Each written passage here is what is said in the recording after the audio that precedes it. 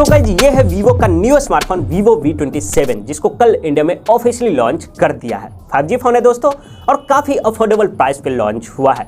32,999 से इसकी price India में स्टार्ट हो रही है और प्राइस के हिसाब से देखा जाए तो स्मार्टफोन अच्छा है, इनफैक्ट काफी अच्छा है। अगर आप इसे इसके प्रीवियस मॉडल से कंपेयर करते हो तो यहाँ पे काफी बड़ा अपग्रेड देखने को मिलता है। जनरली वीवो की V सीरीज अपने डिजाइन एंड कैमरा के लिए जानी जाती है, बट इस बार वीवो ने परफॉर्मेंस के ऊपर भी बहुत ज्यादा ध्यान दिया है। तो इस वीडियो के अंदर हम इसी फोन के बारे में बात करेंगे और देखेंगे क्या कुछ चीजें ये स्मार्टफोन अपने साथ नई लेके आई है, यहाँ पे स्पेसिफिकेशन और फीचर्स क्या क्या देखने को मिलते हैं, किस प्राइस पे इसको इंडिया में लॉन्च किया गया है, इसका सेल कब से स्टार्ट होगा, यहाँ पे कौन कौन से ऑफर्स हमें देखने को मिलते हैं और इस फोन के अंदर हमें क्या क्या कमियां देखने को मिलती है। सारी चीजों के ऊपर बात करने वाले हैं दोस्तों। तो उसके लिए चैनल पे अगर आप नए हो तो सब्सक्राइब कर लीजिए एंड वीडियो आपको थोड़ी सी भी अच्छी लगती है तो लाइक जरूर कीजिएगा।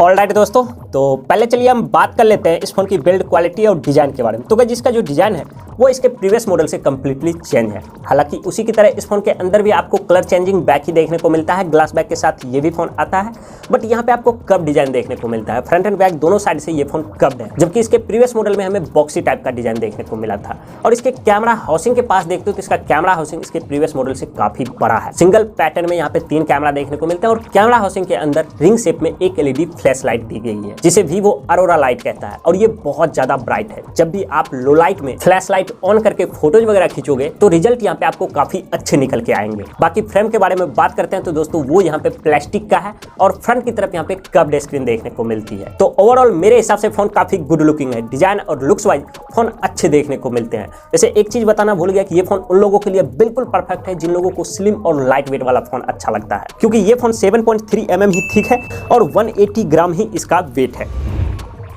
डिस्प्ले के बारे में बात करते हैं तो दोस्तों इस फोन के अंदर 6.7 इंच का बड़ा डिस्प्ले दिया गया है। एमोलेड डिस्प्ले है, FHD प्लस रेजोल्यूशन के साथ आता है।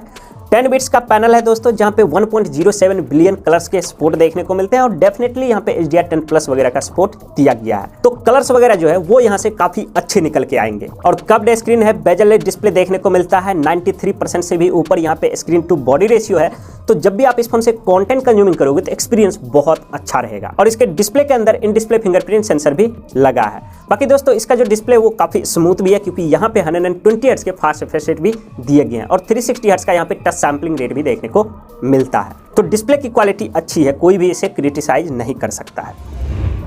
खैर अब गाइज अगर हम आ जाते हैं इसके परफॉर्मेंस के ऊपर तो गाइज इस फोन के अंदर मीडियाटेक का न्यूली लॉन्च डायमेंसिटी 7200 वाला प्रोसेसर लगा है और इसी के साथ ये वर्ल्ड का पहला फोन बन जाता है जहां पे हमें ये चिपसेट देखने को मिलता है। 2.8 गीगाहर्ट्ज की क्लॉक स्पीड पे रन करता है और 6 लाख के करीब ये एंतुतु स्कोर निकाल कर दे सकता है। तो नो डाउट परफॉर्मेंस जो होगा वो यहाँ पे बिल्कुल मक्खन के जैसा होगा। डे टू डे लाइफ में आपको इस फोन से कोई भी दिक्कत नहीं आएगी। बाकी COD और BGMI जैसे हैवी गेमिंग भी ये चिपसेट आराम से हैंडल कर लेगा। और इसकी ताकत को बढ़ाने के लिए इस फोन के अंदर आपको UFS 3.1 का स्टोरेज भी दिया गया है एंड LPDDR5 वाला रैम भी देखने को मिलता है। बाकी आउट ऑफ द बॉक्स ये फोन Android 13 के ऊपर आते हैं, जो कि FunTouch OS 13 के ऊपर रन करता है, जहाँ पे आपको भर भर के ब्लॉटवेयर वगैरह देखने को मिलते हैं। हॉट ऐप, हॉट गेम जैसे भी एप्लीकेशन यहाँ पे प्री इंस्टॉल देखने को मिलते हैं, जिसे आप डिलीट कर पाओगे।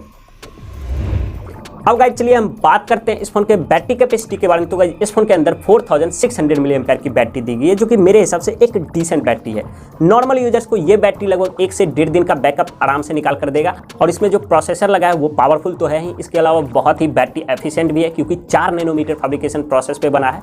तो सिंगल चार्ज में आप इस फोन से अच्छी बैटरी लाइफ एक्सपेक्ट कर सकते हो। बाकी इसकी चार्जिंग स्पीड भी काफी फास्ट है, क्योंकि यहाँ पे 66 वॉट की फास्ट चार्जिंग का सपोर्ट दिया गया है, बट इन द बॉक्स आपको 80 वॉट का चार्जर मिलेगा। टाइप सी पोर्ट के साथ ये फोन आता है। फोन के अंदर 3.5 mm जैक और माइक्रो SD कार्ड के स्लॉट नहीं मिलते हैं। सिंगल स्पीकर यहाँ पे दिया गया है। 5G फोन है तो यहाँ पे 6 5G बैंड के सपोर्ट भी मिलते हैं और हेवी यूसेज के दौरान फोन को ठंडा रखने के लिए इस फोन के अंदर वेपर कूलिंग चेंबर भी लगा है। इसके अलावा दोस्तों यहाँ पे IP54 का सर्टिफिकेशन भी दिया गया है और फेस अनलॉक के सपोर्ट भी देखने को मिलते हैं। साथ ही दोस्तों फिजिकल रैम के साथ साथ यहाँ पे 8 GB का वर्चुअल रैम भी दिया गया है।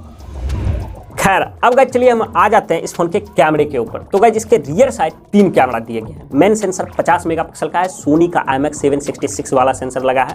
OIS के सपोर्ट के साथ आता है, जिससे आप फोटोज तो अच्छे निकालोगे ही, इसके अलावा 30 एंड 60 FPS पे 4K वीडियो रिकॉर्डिंग भी इस सेंसर से आप कर पाओगे। बाकी दूसरा यहाँ पे 8 मेगापिक्सल का अल्ट्रा वाइड सेंसर है एंड तीसरा यहाँ पे 2 मेगापिक्सल के माइक्रो सेंसर दिए गए हैं। और सेल्फी के बारे में बात करते हैं तो वो यहाँ पे 50 मेगापिक्सल का है और इस सेंसर से भी आप 30 एंड 60 FPS पे 4K वीडियो रिकॉर्डिंग निकाल पाओगे। तो कैमरा सेटअप जो है वो अच्छा है, इनफैक्ट बहुत अच्छा है, कोई भी इसे क्रिटिसाइज नहीं कर सकता है।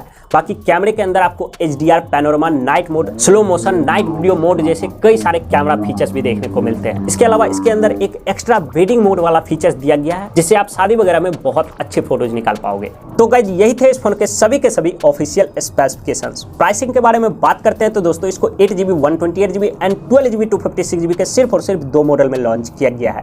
जो बेस मॉडल है 8GB, 128GB उसकी प्राइस 32,999 रखी गई एंड सेकेंड मॉडल को 36,999 में लॉन्च किया गया है। मतलब 33 और 37,000 रुपए का ये फोन इंडिया में लॉन्च हुआ है। बट अगर आपके पास HDFC बैंक, ICICI बैंक या फिर कोटक बैंक का कार्ड है तो यहाँ पे आपको 3,000 रुपए का डिस्काउंट मिल जाएगा। इसके अलावा एक्सचेंज करने लायक अगर आपके पास कोई फोन है तो 2,500 रुपए का एक्स्ट्रा डिस्काउंट मिलेगा। टोटल 5,500 रुपए के इस फोन के अंदर आपको डिस्काउंट मिलने वाले हैं। और डिस्काउंट मिलने के बाद आप इस फोन के बेस वाले मॉडल को 27,499 रुपीज में परचेस कर सकते हो। और इस प्राइस पे सच में दोस्तों ये स्मार्टफोन एक किलर डील है। अगर आप लेना चाहते हो तो ले सकते हो, कोई भी दिक्कत नहीं आएगी। बाकी दोस्तों अगर हम इसकी कमियों के बारे में बात करते हैं तो प्राइस के अकॉर्डिंग मेरे को इस फोन के अंदर 2 कमी जरूर नजर आई है, उसके बारे में भी मैं आपको बता देता हूँ। सबसे पहली चीज दोस्तों, इसका जो डिस्प्ले है उसके ऊपर कौन सा प्रोटेक्शन इस्तेमाल किया गया है, ये चीज वीवो ने कहीं पर भी मेंशन नहीं करी है।